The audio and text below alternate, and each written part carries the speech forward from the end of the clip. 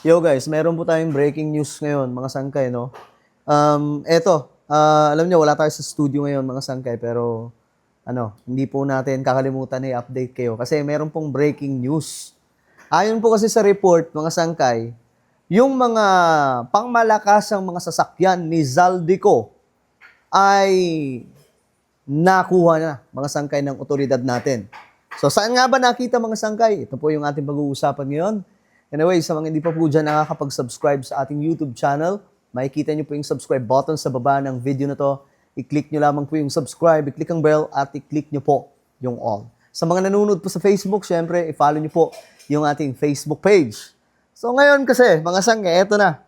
Shoutout ka pala sa lahat ng mga solid sangkay na nanonood ngayon. Chill lang po tayo. Comment down below, #solid sangkay, kasama po ang inyong mga lugar para magkakilala po tayo. Ngayon kasi, ayon dito sa report, ayan po mga sangkay, baka sabihin nyo, kwento lang po natin.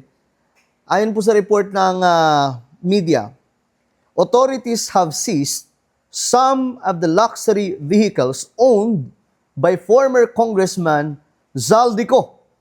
So, ito po yung good news ngayon, mga sangkay, yung development sa pagpapanagot, mga sangkay, sa mga kurap ngayon dito sa ating bansa. Aba, dapat nga yung mabawi dito, hindi lamang po itong mga sasakyan, no?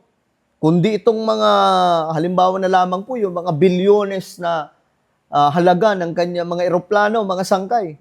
Yun yung isa sa mga dapat makita, mga sangkay, natin at maibalik kasi malaking pera po yun, mga sangkay. At alam nyo, kung saan nakita, ayon po sa report, owned by some of the luxury vehicles owned by former Congressman Zaldico at a condominium in BGC. Doon lang pala nakatago, mga sangkay, sa Taguig.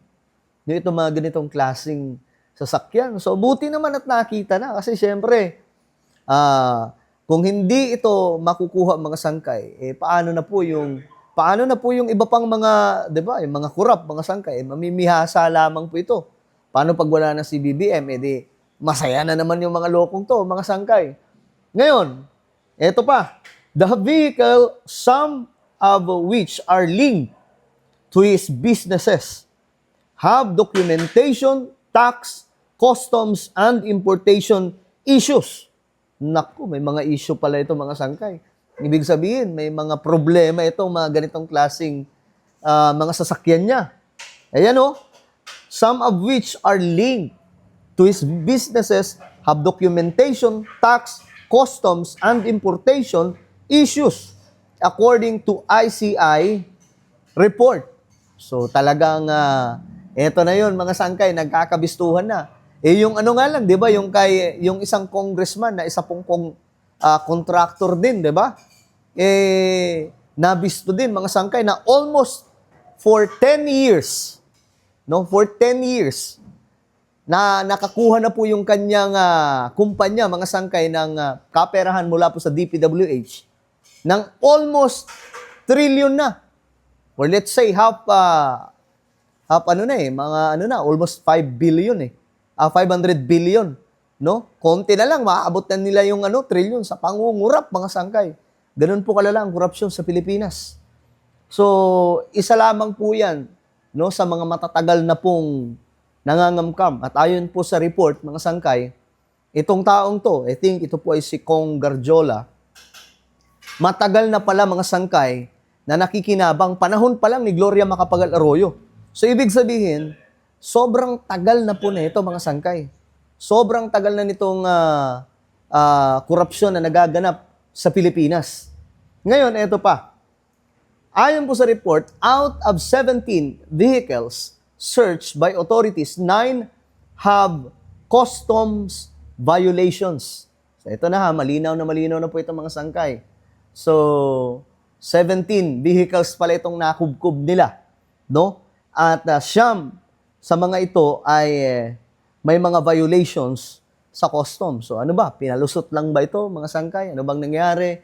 Bakit ganon? Hindi na rin po nakapagtataka. Siyempre, Zaldico 'di ba? Kaya nga nakakatawa kasi itong taong to pinapaniwalaan, mga sangkay, ng iilan, 'di ba? Nung sinabi nilang si BBM ang mastermind ng lahat ng ito. Tapos ang nagsasalita si Zaldico, Paniniwalaan?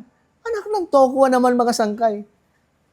Paano mo paniniwalaan yung isang corrupt? 'Di ba? Corrupt nga mga sangkay, paano ka maniniwala dun? Pambira mga sangkay. At saan ka makakakita ng isang mastermind na kumakanta? 'Di ba? Siya ang naglaglag dito, si BBM ang naglaglag dito mga sangkay. So ngayon, sa mga naniniwala kay Zaldico, paano ngayon yan? Ngayon, nagkakabistuhan na, nagkakaalaman ng mga sangkay, ng mga ninakaw, no?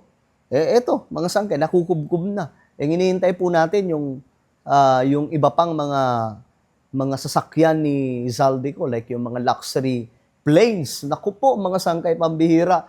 Yung iba doon, bilyon na po yung halaga, mga sangkay, di ba? Magkano lang, dito ka nga magtanga, magkano lang yung sinasahod ng mga politikong to, mga kongresista at senador. Pinakamataas na, mahigit 300,000 pesos ang sahod. Pero ganun po kalala, mga sangkay, yung kanilang kayamanan sa Pilipinas. Ibig sabihin lamang, mga sangkay, mayroon po talagang mayroon pong kababalaghan silang ginagawa sa ating bansa. At ito, buti naman, nakita na po mga sangkay. Ito, may mga nag-comment nga po dito. Ito, tingnan po natin yung mga reaksyon.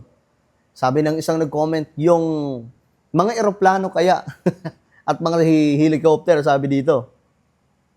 Sabi naman dito ng isa, mga material things lang yan na pagmamayari ni Zaldico para kunin ng gobyerno. Bakit yung may-ari ng sasakyan hindi nyo hulihin at iharap sa sambayan ng Pilipino na nagdusa sa baha?